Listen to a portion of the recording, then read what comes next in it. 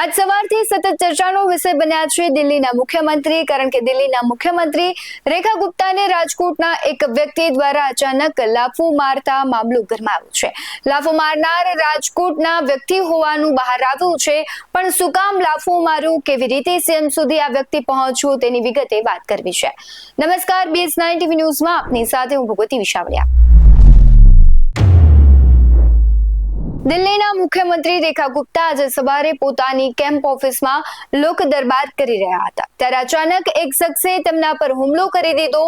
જે પ્રમાણે સૂત્રો માહિતી આપી રહ્યા છે તેની વાત કરીએ તો આરોપી બૂમો પાડતો આવ્યો અને મુખ્યમંત્રીને લાફો ઝીકી દીધો અને ગાળો પણ ભાંડી હતી। ત્યારબાદ ઘટના સ્થળે અફરાતફરી મચી ગઈ।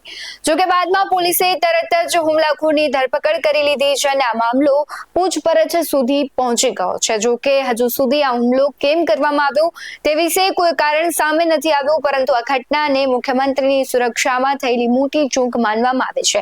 નોંધનીય બાબત છે કે આ ઝપાઝપીમાં રેખા ગુપ્તાને પણ ઈજા થઈ હતી। હુમલાની ખબર સામે આવતા જ રાજકીય વર્તુળોમાં પણ ખળભળાટ મચી ગયો હતો। દિલ્હીના ભાજપ અધ્યક્ષ વિરેન્દ્ર સચદેવાએ ઘટનાની આકરી નિંદા કરી છે અને તેણે લોકતાંત્રિક પ્રક્રિયા પર હુમલો કર્યું હતું। લાફો મારનાર રાજકોટનું હોવાનું જ્યારે બહાર આવ્યું ત્યારે રાજકોટના રાજેશ સાકરિયાના માતા તથા પાડોશીઓની પ્રતિક્રિયા સામે આવી છે। સમગ્ર મામલે તેમના માતાની પ્રતિક્રિયા આવી છે, તે શું કહી રહ્યા છે તેના પર નજર કરીએ। અને રિક્ષા હલાવે છે, અહીં રિક્ષા હલાવે છે, કોઈ પાર્ટીમાં ઉજ્જૈન કરે અને પછી કે હું દિલ્હી જાઉં છું, એના પપ્પા કે દિને કેદી આવીશ તું, તો કે હું દિલ્હી સૌ કુતરા માટે ગયો છું, બીજું કાંઈ શબ્દ ન બોલ્યો। કોઈ પાર્ટીમાં છે, કઈ એક પાર્ટીમાં છે, રાજકીય પાર્ટીમાં છે કે રાજ્ય પાર્ટીમાં તો ઈ કોઈ નહીં, તો અમને ખબર છે, કાંઈ કહે જ નહીં કોઈ નહીં। પક્ષમાં છે, પક્ષમાં ઉભા રહી, આ વિડીયામાં આવ્યું તું એટલે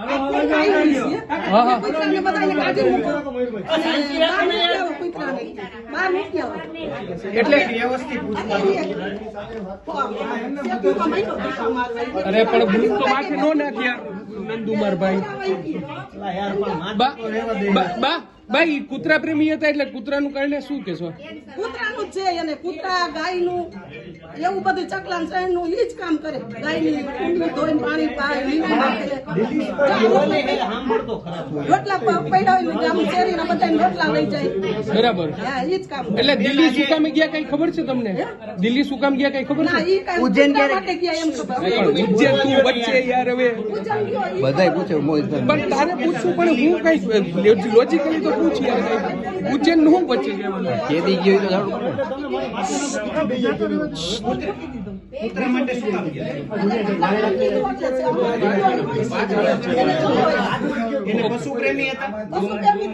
એટલે તમને દિલ્હી જવાનું શું કીધું તમને? દિલ્હી ક્યાંથી ફોન આવ્યો તો? છેલ્લે ક્યારે આવ્યો ફોન હમેથી કર્યો કે તું કેદી આવવાનો છો, તો કે હું દિલ્હી ગયો, કે દિલ્હી શું તું તો ઉજ્જૈન ગયો તો નહીં, કે તો કે હું સકલા ઓલા કુતરા માટે ગયો છું, કે બીજું કાંઈ ન બોલ્યો, ફોન મૂકી દીધો। બેન કઈ પાર્ટીમાં છે દીકરો? કઈ પક્ષમાં છે કે પક્ષમાં કઈ રાજકીય રીતે જોડાયેલો છે કે રાજકીય પાર્ટીમાં કઈ જોડાયેલો છે? વચન ના કરે, એના રામાયણ મોઢે તો મહાભારત મોઢે બધું એના લગ્ન થઈ ગયા છે?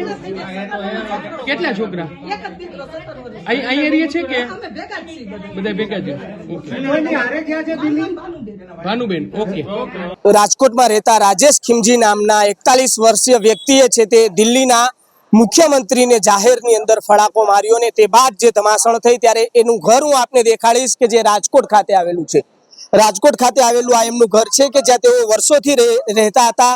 કઈક ઘટના એવી હતી કે તેમના માતાજી સાથે જ્યારે વાત કરવાના પ્રયત્ન કર્યા ત્યારે એવી વાત જાણવા મળી કે જે તેમના દીકરા હતા કે જેમના રાજેશ દ્વારા જે ફડાકો મારવામાં આવ્યો છે તેને સૌથી વધુ છે તે શ્વાન સાથે પ્રેમ હતો ને તેને લઈને જ જે અત્યારે ધમાસણ ચાલી રહી હતી, જે રાજકારણ જે રીતના ચાલી રહ્યું હતું ને જે શેરીમાં રહેતા કૂતરાઓને લઈને તેમને દૂર હટાવવા માટે થઈને જે ફેસલાઓ લેવાઈ રહ્યા હતા, ત્યારે તેમને એ વાતને લઈને ખૂબ જ દુઃખ થયું હતું ને તે બાદ તેઓ દિલ્હી જવા નીકળ્યા હતા ને ત્યારે દિલ્હી જવા નીકળ્યા ત્યારે ખાસ કરીને જે રીતના ત્યાં ગયા બાદ છે ત્યાં ઘટનાને અંજામ આપ્યું હતું, ત્યારે તેમના જે પાડોશી છે જે વર્ષોથી તેમની પડોશમાં રહે છે તેમની સાથે વાત કરીશું। કેટલા વર્ષથી આપ અહીંયા રહો છો? અમે 17 વર્ષથી અહીંયા રહી છીએ। કેવો સ્વભાવ છે એનો રાજેશભાઈ? એનો સ્વભાવ તો સારો છે, પશુ પ્રેમી છે ને પછી દર મહિને ઈ ઉજ્જૈન જાય છે ને અહીંથી અમે શેરીની બધાની રોટલી વધે ને ઈ અમે એને ઈ લઈ જઈને ત્યાં ગાયોને ખવડાવે. અહીં કેવડાવાડીમાં મંદિર બનાવ્યું છે ને કૂતરાને દૂધ પાય, પશુ પ્રેમ બહુ છે. આપના તો મિત્ર હશે, આપ બાજુમાં રહો છો. ઈ કોઈ સાથે શેરીમાં કોઈ આવે ઘરે હોય તો ઘરમાં જ રહે, ડેલી બાર કોઈ સાથે બોલવાનું નહીં, ચાલવાનું નહીં, કાંઈ નહીં. પછી વયા જઈને અત્યારે પોલીસ આવી હતી, તેમના પરિવારજનોને લઈ ગઈ છે. એના મમ્મી એક જ છે, બીજા તો કોઈ હાજર નથી. એના પત્ની છે ઈ એમના બેનની ઘરે અમદાવાદ ગયા છે, એ હજી 1:30 વાગે પહોંચવાના છે. હજી ચોક્કસથી તેમના પરિવારજનોને પોલીસ છે તે અત્યારે લઈને જતી રહી છે. બીજી તરફ વરસાદ ચાલુ છે, વરસાદ વચ્ચે પણ પોલીસ છે તે તેમના પરિવારજનોને લઈને અહીંયાથી નીકળી ગઈ છે. ત્યારે આ જે ઘરના દ્રશ્યો મેં આજે આપને દેખાડ્યા, આ એનું જ ઘર છે કે જેમને દિલ્હીની અંદર જાહેરમાં છે તે મુખ્યમંત્રીને ફડાકો ઝીક્યો અને તે બાદ જે રીતના આખી ધમાસણ છે તેની શરૂઆત થઈ. ત્યારે વધુ અપડેટ છે તે અમે આપને સીધા જ અહીંયાથી આપતા રહેશું. આપ પણ અમારી સાથે જોડાયેલા રહેજો. Reporter Sahil Chhappa, BS9 TV news, Rajkot. તેમણે કહ્યું કે મારો દીકરો પશુ પ્રેમી છે, કૂતરાના કેસ મામલે દુખી હતો અને રાજકોટના કોઠારા વિસ્તારના રહેવાસી રાજેશ ખીમજી સાકરિયા જે રિક્ષા ચલાવવાનું કામ કરે છે તેની માતાએ કહ્યું છે કે મારો દીકરો કૂતરા પ્રેમી છે, એટલે દિલ્હીમાં સુપ્રીમ કોર્ટે કૂતરાઓને પકડવાનો જ્યારે આદેશ આપ્યો ત્યારથી તે ખૂબ જ ગુસ્સે હતો. સમાચાર સાંભળતા જ એ ઘરમાં બેડ પર હાથ મારવા લાગ્યો હતો અને આ મામલે જ મનમાં ઘાર રાખીને તે દિલ્હી રવાના થયો હોવાનું ચર્ચાઈ રહ્યું છે. ત્યારે રાજેશ સાકરિયાના ઘરે પોલીસ પહોંચી છે. દિલ્હીમાં સીએમ પર થયેલા હુમલા બાદ રાજેશના રાજકોટના ઘરે પોલીસ પહોંચી ગઈ. પોલીસ દ્વારા રાજેશ સાકરિયાની ક્રિમિનલ હિસ્ટ્રી ચેક કરવામાં આવી છે. રાજેશ કેટલા સમયથી બહાર રહે છે તે બાબતે પણ તપાસ શરૂ કરવામાં આવી છે. આડોશ પાડોશના જે લોકો છે તેમની પણ પોલીસ પૂછપરછ કરી રહી છે. ત્યારે સમગ્ર મામલે હવે સત્ય બહાર આવશે કે શું કામ કરવામાં આવી છે, જે લાફાકાંડ થયો છે તે શું કામ કરવામાં આવ્યું, કયા કારણોસર કરવામાં આવ્યું. ત્યારે રાજેશને જ્યારે પૂછપરછ કરવામાં આવશે ત્યારે ખબર પડશે કે કયા કારણોસર સમગ્ર ઘટના ઘટી છે. આવા જ વધુ અહેવાલો સાથે ફરી મળતા રહીશું. તમે અમારી YouTube ચેનલને સબસ્ક્રાઇબ કરવાનું અને Facebook અને Instagram પર ફોલો કરવાનું ભૂલશો નહીં. બાકી અવનવી અપડેટ્સ મેળવવા માટે જોતા રહો BS9 TV ન્યૂઝ. નમસ્કાર.